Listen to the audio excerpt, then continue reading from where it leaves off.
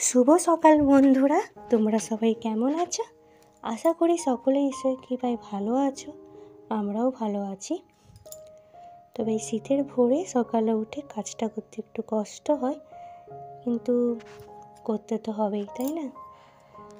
আর বাচ্চা থাকলে যত সকাল উঠে কাজগুলো সেরে নিতে পারবে ততই ভালো। আর তার জন্য শীত হলেও সকাল সকালই কাজগুলো শুরু করে দিতে হয়। সকালের তরকারি একবার হয়ে গেছে, ছোলার ডাল, কোনো মুগ কড়াই, ছোলা দিয়ে মটর আলু।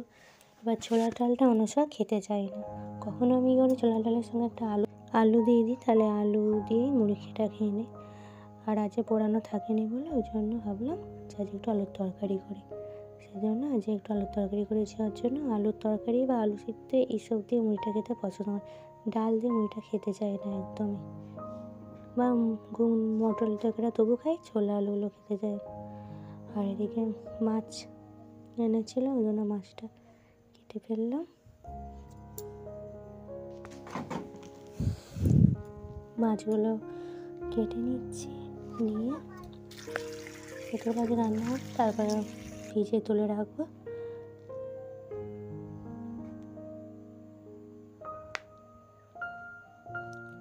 আর এদিকে বটিটাও আমি ধুয়ে নিয়ে না একটু রোদে দিয়ে দেবো, তাহলে ভালো, মাছের আষ্ট গন্ধটা কেটে যায়। জন্য বটিটাও ভালো করে ধুয়ে নিয়ে রোদে দিয়ে দেবো বলে ভাবছি। আমি মাছ কাটছি, এদিকে অনসা এটা ওটা বকেই যাচ্ছে। আবার হচ্ছে এটা রান্না, খেলনা বাটি খেলছে, এটা রান্না করেছে, ওটা রান্নাছি, খাও, এসব বকে যাচ্ছে।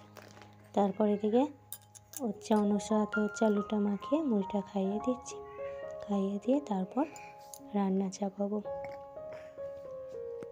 ও নিজেও খায়, আজকে বললো খাইয়ে দিতে হবে, ওই জন্য গেলে খাইয়ে দিই। আর এদিকে আমি রান্না করে নিচ্ছি।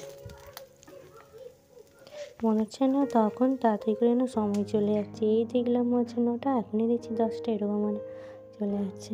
তো এই কাজগুলোও তাড়াতাড়ি করে করতে হচ্ছে। দেখে এই যে থোড় আলুর তরকারি, মাছের ঝাল, ছাতু ভাজা, ফুলকপি আলুর ঝোল, দেখে দেখলাম যে এইগুলো করেছিলাম। আর এই সোয়েটারটা অনসা এনেছে, বলছে তোমাকে ঠান্ডা লাগছে, তুমি পরো না এই সোয়েটারটা। বলছি আমার মা যেন এত ভাবছে, তাহলে তো পড়তে হয়। কিন্তু কাজ করতে সময় না সোয়েটার পরে যেন আমি কাজ করতে পারি।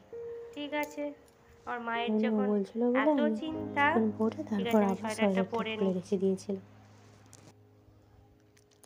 আরে এদিকে আমি তারই মাঝে মুড়িটা ঢেলে নিলাম, ঢেলে নিয়ে সব বাসনগুলো সব হচ্ছে ধুয়ে নেবো।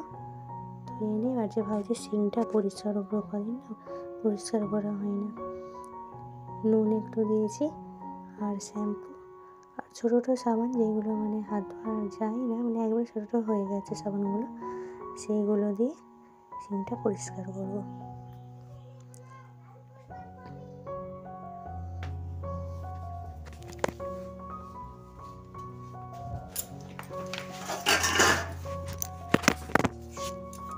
সিঙ্কটাও খুব চকচকে হয়।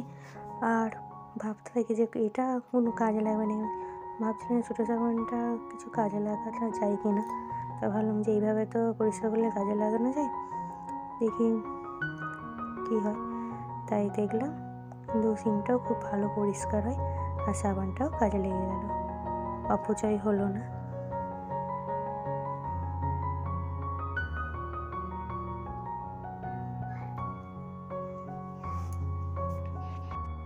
ছোটো সাবানগুলো আমি ডিবি গোছ করে রেখে দিই, কখন কী কাজে লাগে, যখন যেটা কাজে লাগে তখন কাজে লাগিয়ে দিই।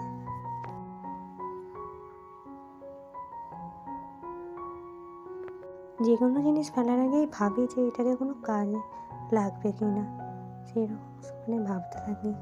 আর ভাবলেও ঠিক উপায় বের হয়ে যায় যে কোনো না কোনো ঠিক কোনো কিছু জিনিস ভেঙে গেলেও বা সেটা কোনো কাজে লাগে কি না, ঠিক কোনো না কোনো কাজে লাগানো যায় ভেবে চিন্তা করলে।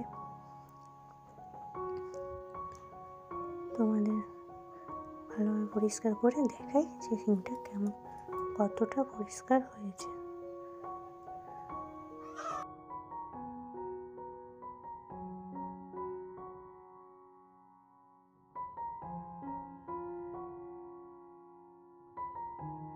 সিঙ্কটা একবার ধুয়ে নিয়েছি, ধুয়ে নিয়ে আর একবার সাবানটা দিয়ে ঘষে নিয়েছি। তারপর দেখো ভালোভাবে পরিষ্কার করে নিয়েছি জল দিয়ে। আর ওই উপর দিকটাও দেয়ালটাও ভালোভাবে পরিষ্কার করে নিয়েছি। তারপরে একেবারে সন্ধ্যেবেলায় ভিডিও করছি। কত বাদল পোকা উঠছে দেখো। মানে ভিডিও ঠিক করার চেষ্টা করেছি, কিন্তু ঠিক মতো না বোঝা যাচ্ছে না। দেখছি তো আমি বুঝতে পারবো, একটু মানে ভালোভাবে দেখলে বোঝা যাবে। আর এই যে মানুষ আবার নাচতে শুরু করে দিয়েছে।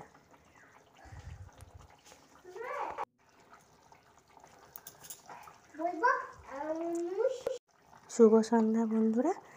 আর ঘরেও না বাদল পোকাগুলো কিছু ঢুকে গেছিলো সন্ধ্যাবেলার দিকটা। তারপর আবার দুয়ারে তো বাদল পোকা পড়ে কী অবস্থা হয়েছিল, আবার ঝাড় দিয়ে সব বাইরে ফেললুম। আর এগুলো সব সন্ধ্যাবেলা সব গোছ করে রাখলাম একটার পর একটা।